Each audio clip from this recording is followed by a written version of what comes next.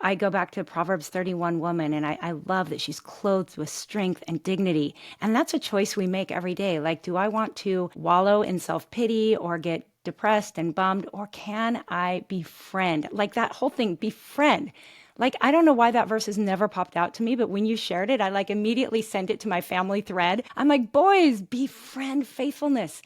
And it actually brings me back to some conversations I had with my oldest son, Josiah, back when he was in high school. And I remember we were talking about some of the things, trends that were coming and going, and like trying to just kind of navigate identity and the social world and all the things that teenagers have to walk through. And we had this phrase we were using for a while. I don't remember if we were going to do something with it, but we were like, change the world by standing still. And I think the idea was while everybody else is changing or the world's going crazy, just stick your stake in the ground on God's word and say, I'm going to stand here and watch what happens over time. That you won't find immediate gratification there. No one's going to run to you and say, wow, what makes you who you are? But years later, people will circle back and say, you're still walking that same path. Wow. And I think that's all about befriending faithfulness. So I think as moms, wow, if we can befriend faithfulness, if we can choose to just keep doing the things that God's put in front of us in the mundane days, in the exciting days, and everything in between, wow, we're going to look back and be so glad we did, right? Yeah. And I think too, part of that befriending faithfulness is also knowing your priorities.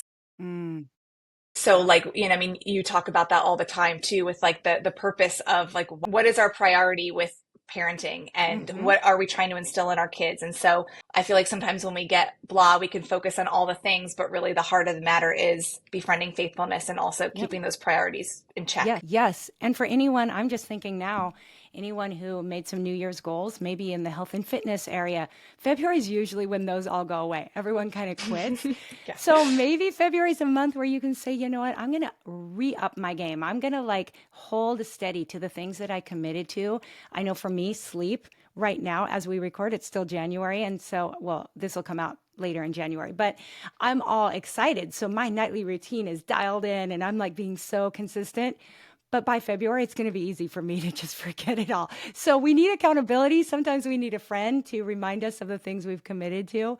But I think that that faithfulness goes across the board. Are you dating your husband? Are you doing the things that you know are your priorities and your values? And then just be faithful. Keep doing them, right? Yeah, and on that note too, I know, I mean, you wrote a great blog post series a while back, but I know it holds true Mm. today of what moms need most. So I think sometimes in this season, like, and again, it's not all like the self-care of like we need to be thinking about ourselves and trying to make ourselves feel better, because I know part of feeling better is getting outside of ourselves. But can you talk about just like a little bit about what you would say Totally. to a mom right now? Yeah. Yes. Oh, I love that. And I'm glad you remember that.